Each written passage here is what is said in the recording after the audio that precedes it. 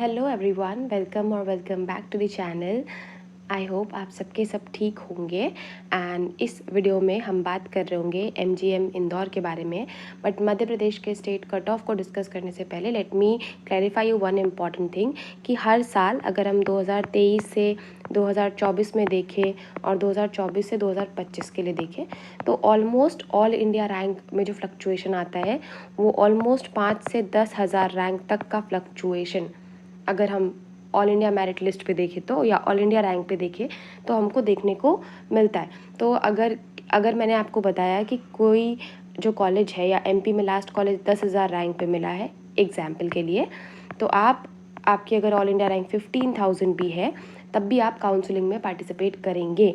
एक और इम्पॉर्टेंट चीज़, जो स्टेट मेरिट लिस्ट आती है, ये स्टेट मेरिट लिस्ट कब आएगा?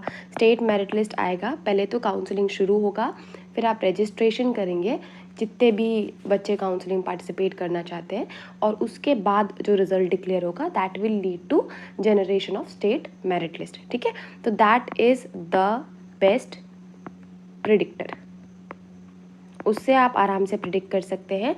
बट तब तक के लिए अगर आपको सेफ्टी पर्पज़ के लिए जाना है तो जो भी आपको पिछले साल का, हम पिछले साल से अगर कंपेयर करें तो 2024 में जो भी ऑल इंडिया रैंक था, इससे आप 3 से 5,000 रैंक का तो बेयर मिनिमम प्लस मान करके काउंसलिंग में पार्टिसिपेट कर सकते हैं।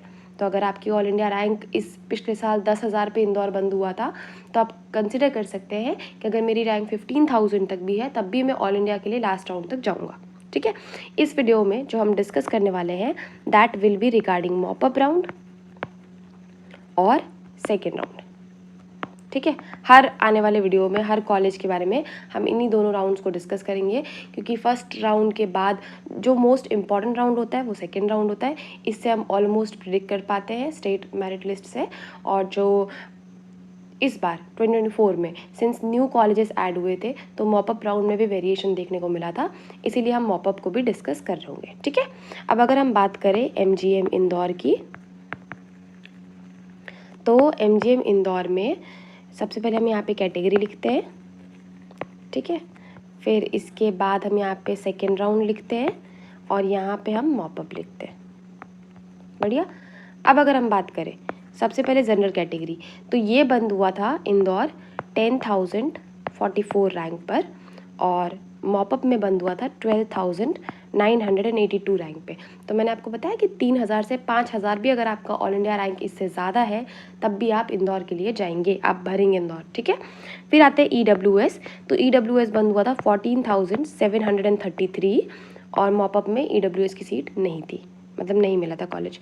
ओबीसी बात करें, ये बंद हुआ था 12,291 पे और मॉपअप में ये बंद हुआ था 13,266 पे। ठीक है, अगर हम एससी कैटेगरी की बात करें तो ये बंद हुआ था 43,288 पे और राइट। ठीक है, ओके।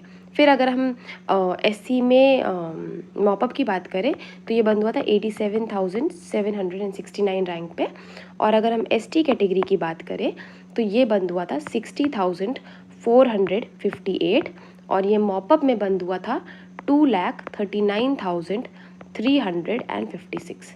ठीक है, तो ये था हमारे एमजीएम इंदौर का कॉलेज का कट ऑफ लास्ट ईयर में। तो एक तो हमारा कट ऑफ किसका हो गया काजल दी? सेकेंड राउंड का। और एक कट ऑफ किसका हो गया? मॉपअप राउंड का। तो अगर आप जनरल से हैं और आपका रैंक इसके आसपास है, जनरल बंद हुआ था 10,000 पे, मॉपअप बंद हुआ था 12,000 पे, ईडब्ल्यूएस 14,000 पे बंद हुआ था, ओबीसी 12,000 और 13,000 पे बंद हुआ था, एससी 43,000 और 87,000 पे बंद हुआ था। कितना फ्लक्चुएशन आया एससी में? बिकॉज नंबर ऑफ स्टूडेंट्स जो पार्टिसिपेट करते हैं, सिंस वो एससी और एसटी कैटेगरी में डिफरेंस कम रहता है। फिर एसटी 60,000 पे सेकेंड राउंड में बंद हुआ था और ऑलमोस्ट 2.5 लाख के आसपास मॉपअप में बंद हुआ था। तो ये था हमारे पास एमजीएम इंदौर का कॉलेज का कट ऑफ।